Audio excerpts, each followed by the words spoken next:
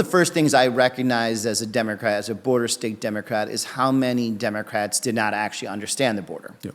The other thing is there's a lot of Republicans that also don't understand the border. And there's a lot of really conservative Republicans from other states that, demonize the border. And then there's also a lot of Democrats from liberal-leaning states that make it seem that there's no problem at the border, right?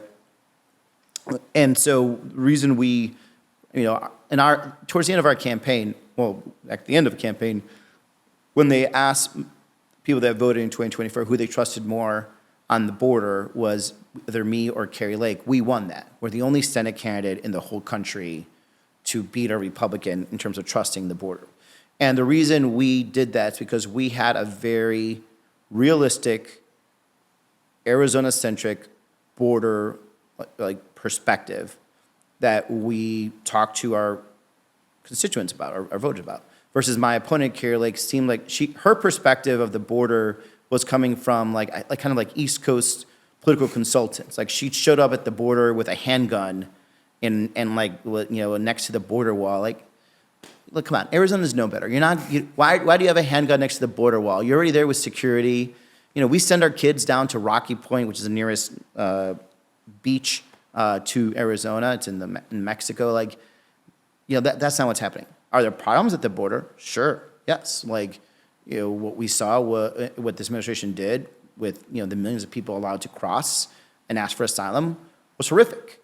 And can you take people through just like a case example of what the crux of the controversy was? I know it's very complicated. It's very complicated. I'd rather have you explain it than somebody from Okay, so let's talk about what was occurring and then what the perspective of it was. And so we have time, so it's just good, right?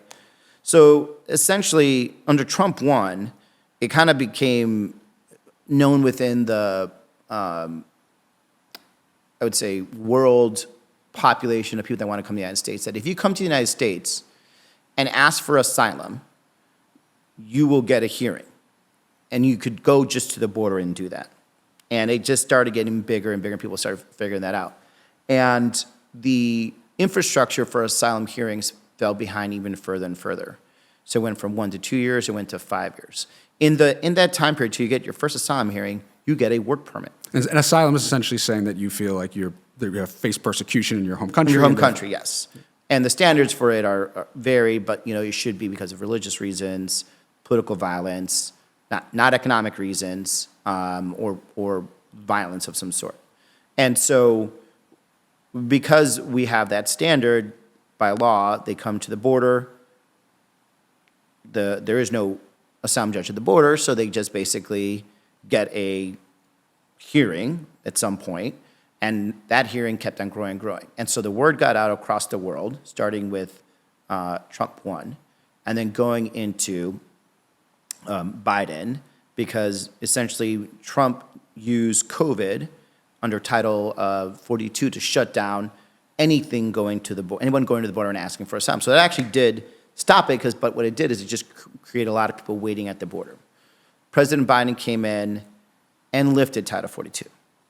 Some of it was judicial reasons, everything else like that. One of the things that a lot of us warned from border states, because we saw what was waiting on the other side, was do not lift Title 42 without a plan to deal with this, because you're just going to have people rushing the border. And so he lifted Title 42, and that basically started the process where millions of people started coming to the border and asking for asylum. The administration responded in law by saying, well, here's your asylum slip, and that just kept on growing. It came to the point where, for example, in Arizona, we had men flying from Senegal to Europe, Europe to Brazil, Brazil to, we think it was Cancun, Cancun to Tijuana, using actual travel agents, not US-based travel agents, do all of this. And in Tijuana, they would organize themselves with other Senegalese, negotiate with a coyote. The whole industry around it. It's a whole industry around it. And they would go to the border spots where they knew they were handing out even longer and longer work permits. These men would sell everything in Senegal, cars, take out loans, everything else like that, because they know if they get here and then get into that process, they'll be here for 5-7 years. So taking out a $10,000 loan when you get to work for free, not work for free, but work for 5-7 years, it's a good economic trade-off. it got to the point where Mexican Airlines started adding routes between southern Mexico and northern Mexico, right? So this got bad. It got really, really, really bad. Now, the president should have not let it start when lifting Title 42, but it got worse. And so a lot of us were telling him, like, you need to do something, right? And so there's temporary ways to do this. There's empowering people like asylum judges, hire more judges, everything else like that. And it just didn't happen. And for the longest time, the vision of people, and it's not like one or two people, but hundreds of thousands of people rushing the borders, and then seeing the effect of it, and then seeing the effect of it spilling over into our cities, like that eventually erodes people's trust. The president eventually did make the right decision, but it was far too late. And can you tell, just again, I think that there's a lot of conversation about the border from people who have no tangible constituents or stories about it. Yeah. It would just be really, I think, important for our listeners to hear stories that you hear from your constituents, Sure, especially in the border towns, both on the why we need border control, but then also the humanity around, what the Trump administration is and also like the humanity. It's totally two different things. Like what's happening at the border right now under Trump is what the border communities wanted. They wanted less people coming to the border and asking for asylum because those border communities, these are largely very, very Latino communities, they make their money off border trade, right? Their businesses, their factories, their tourism. When these asylum seekers came through, what happened is a lot of the border security, as well as the Customs Border Police, basically shut down their efforts for kind of normal trade and migration to handle the asylum cases and process them. And so business was leaving these small towns, and they're entirely reliant on this business coming in. And then they were also draining the system. So what usually would happen is Border Patrol or Customs would process these men and women, and then they would just release them. Now imagine if you're a town like San Luis. San Luis is a town about 6,000 on the border. Border Patrol gets a couple thousand people. They process them that day. They just release them into the town. And San Luis is probably about 30 minutes away from Yuma. Yuma is the biggest city in the county. And even then, that's not that big of a city. And from there, the biggest city is probably a 3-hour drive in Phoenix, Arizona. So imagine if you're a small town, doesn't matter how good-natured you are, you have a lot of strangers now roaming around. And there's no place to put them. They're just creating this chaos. So when Biden started, towards the end of his administration in July, with a crackdown, June, July, with a crackdown on the border, as in basically giving the power to Border Patrol to deny people asylum on the spot, it started slowing down.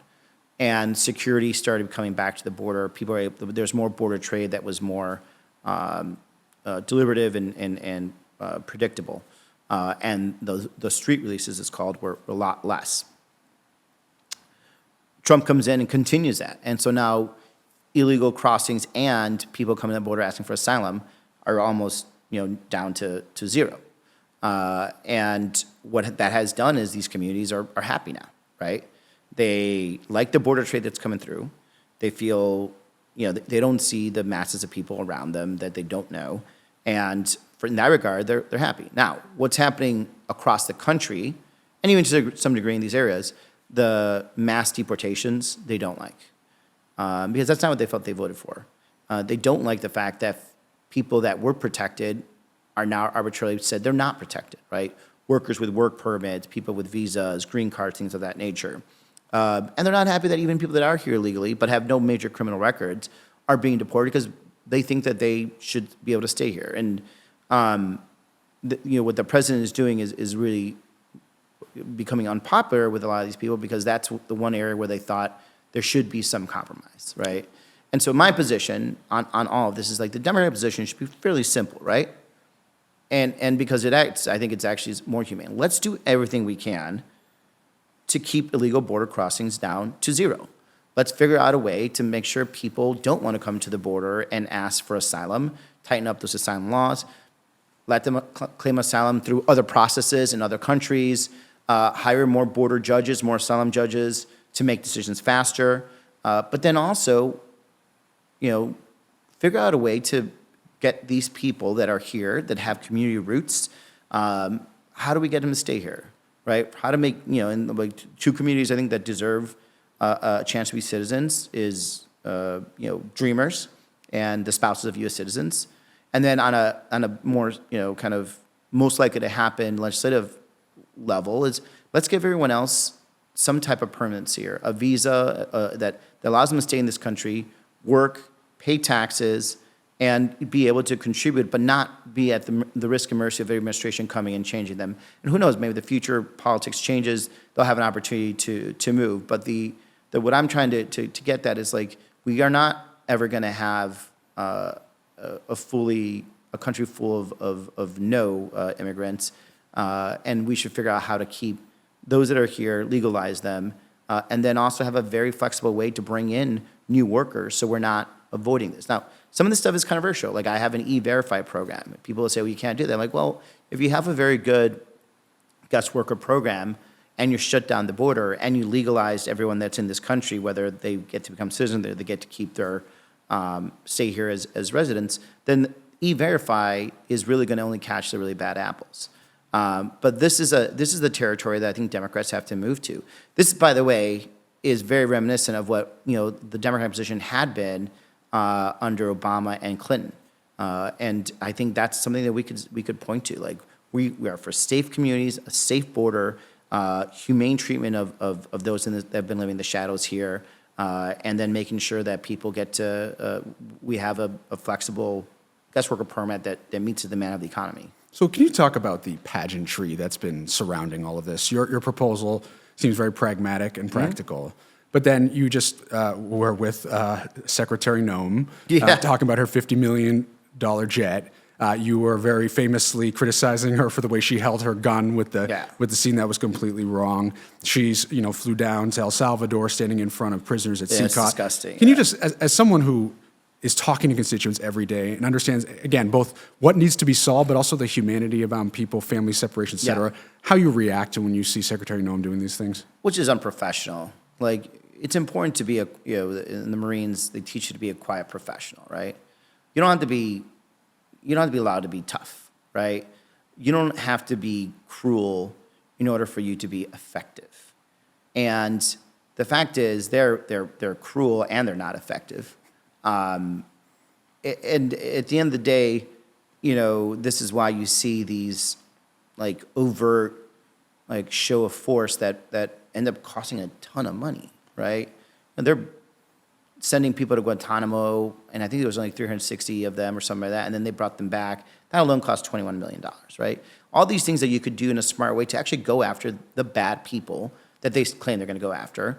But, I guess cruelty is the point, to really keep their base happy.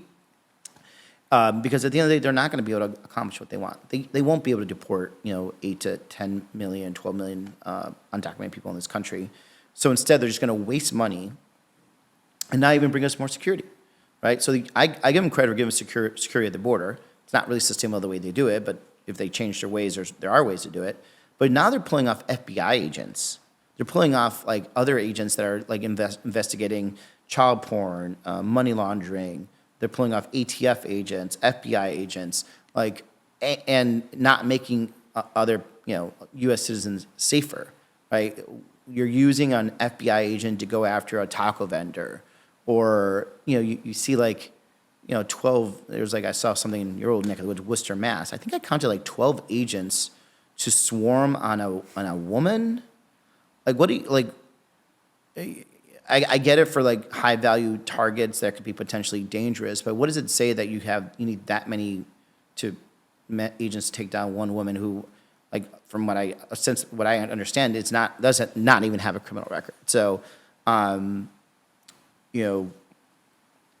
it shows a lot. I mean, weakness, weakness shouts and strength, is whispers. And Secretary Noem is a shouter for sure.